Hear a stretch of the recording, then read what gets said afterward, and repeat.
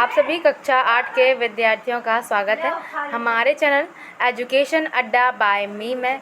आज की इस वीडियो में हम आपके लिए लेके आए हैं 8th ग्रेड अभ्यास पुस्तिका सामाजिक विज्ञान कक्षा 8। आज है भूगोल का भाषा संसाधन एवं विकास का अध्याय 2 भूमि, मृदा, जल, प्राकृतिक वनस्पति और वन्य जीव संसाधन। हमारे चैनल पर एडुकेट से रिलेटेड, आपके एग्जाम से रिलेटेड सारी वीडियो अपलोड करी जाती हैं, इसलिए हमारे चैनल पर अगर नए हो तो जल्दी से चैनल को सब्सक्राइब कर दें। किसी और टॉपिक की वीडियो चाहते हैं या अलग अध्याय पे किसी अध्याय पे पहले वीडियो चाहते हैं तो कमेंट कर दें, और वीडियो पसंद आए तो वीडियो को ज़रूर लाइक कर दें, अपने दोस्तों के साथ भी शेयर कर दें। बढ़ते हैं और आगे क्वेश्चन की तरफ। पहाड़ी भूभागों में आने वाली प्राकृतिक आपदा है तो यह है भूस्खलन, भूमि का खिसक जाना। प्रश्न दूसरा, औसतन एक भारतीय नागरिक प्रतिदिन जल का उपयोग करता है तो वह 150 लीटर जल का उपयोग प्रतिदिन करता है। प्रश्न तीसरा, पृथ्वी पर मानव उपभोग के लिए लवण जल उपलब्ध है तो ये उपलब्ध है, इसका आंसर रहेगा 3%। इसका आंसर हम आपको आखिरी में बताएंगे।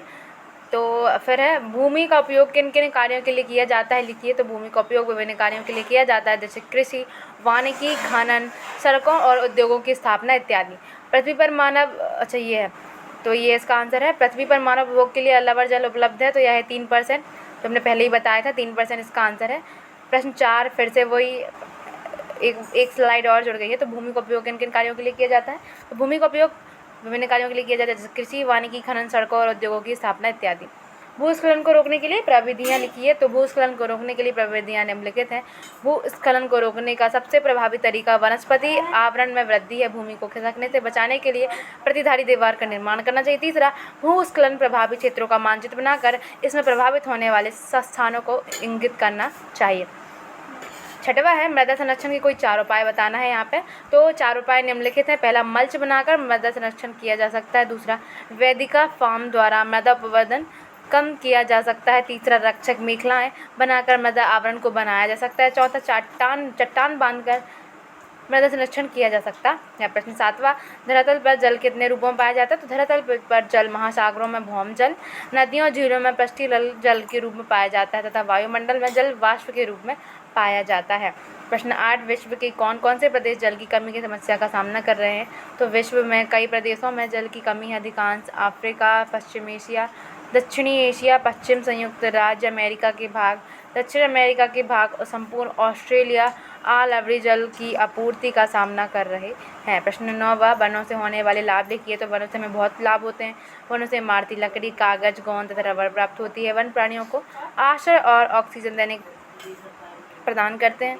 तीसरा, वन मृदा अपरदन को रोकने में सहायक होते हैं। चौथा, वन भूमि के जल के संग्रह में भी सहायता करते हैं। प्रश्न 10वां, विश्व की वनस्पति को कितने भागों में बांटा गया है, तो विश्व की वनस्पति को मुख्य रूप से 4 वर्ग में बांटा गया है। पहला, वन, घास, स्थल, गुल्म और टुंडा। वन भारी वर्षा वाले क्षेत्रों में विशाल वृक्ष उग जा सकते हैं।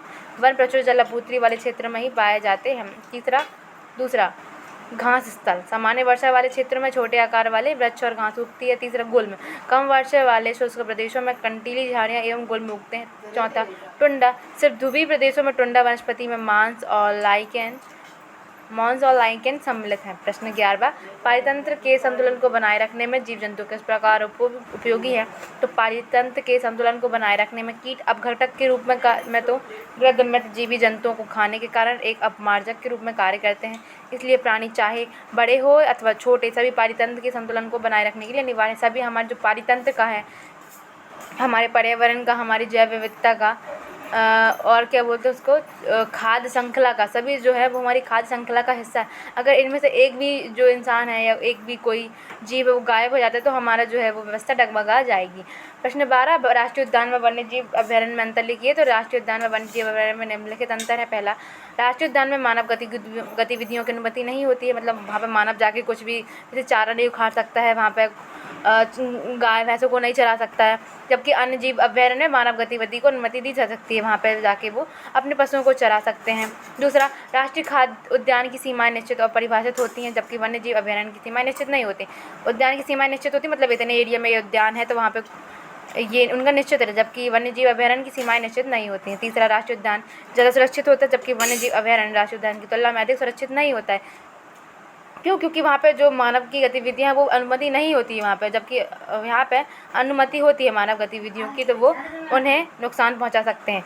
प्रश्न 13 CITES को पूर्ण रूप में लिखिए, इसका स्थापना क्यों की गई? तो CITES का पूर्ण नाम the convention of international trade in endangered species of wild fauna and flora है। इसकी स्थापना का उद्देश्य यह सुनिश्चित करना है कि वन्य प्राणी एवं पौधों के नमूने के अंतर्राष्ट्रीय व्यापार से उनके जीवन को कोई खतरा नहीं है। यह एक अंतर्राष्ट्रीय समझौता है जो राष्ट्रों की सरकारों के बीच होता है। प्रश्न 14 है यहाँ पे आपका, अपने माता पिता के सहयोग से विभिन्न वन्य जीवों के नाम लिखिए तथा अपनी पसंदीदा किसी एक वन्य जीव का चित्र चिपकाकर उसके बारे में लिखिए। तो वन्य जीवों के नाम है बाघ, हाथी, शियाल, लोमड़ी, सूअर, जिराफ, खरगोश, हिरण, बारहसिंगा, चीतल, शेर, घोड़े आदि हैं। मेरा पसंदीदा वन्य जीव हाथी है। हाथी के बारे में 4 लाइनें हैं। हाथी एक जंगली जानवर होता है। यह आकार में बहुत बड़ा होता है। इसके 4 पैर एवं 2 कान होते हैं। यह एक शांत स्वभाव का जीव है। तो ये थे आपके आंसर। वीडियो पसंद आई हो तो वीडियो को लाइक कर दें, चैनल को जरूर सब्सक्राइब कर दें, अपने दोस्तों के साथ भी शेयर करें। मिलते हैं अगली वीडियो में, तब तक के लिए धन्यवाद।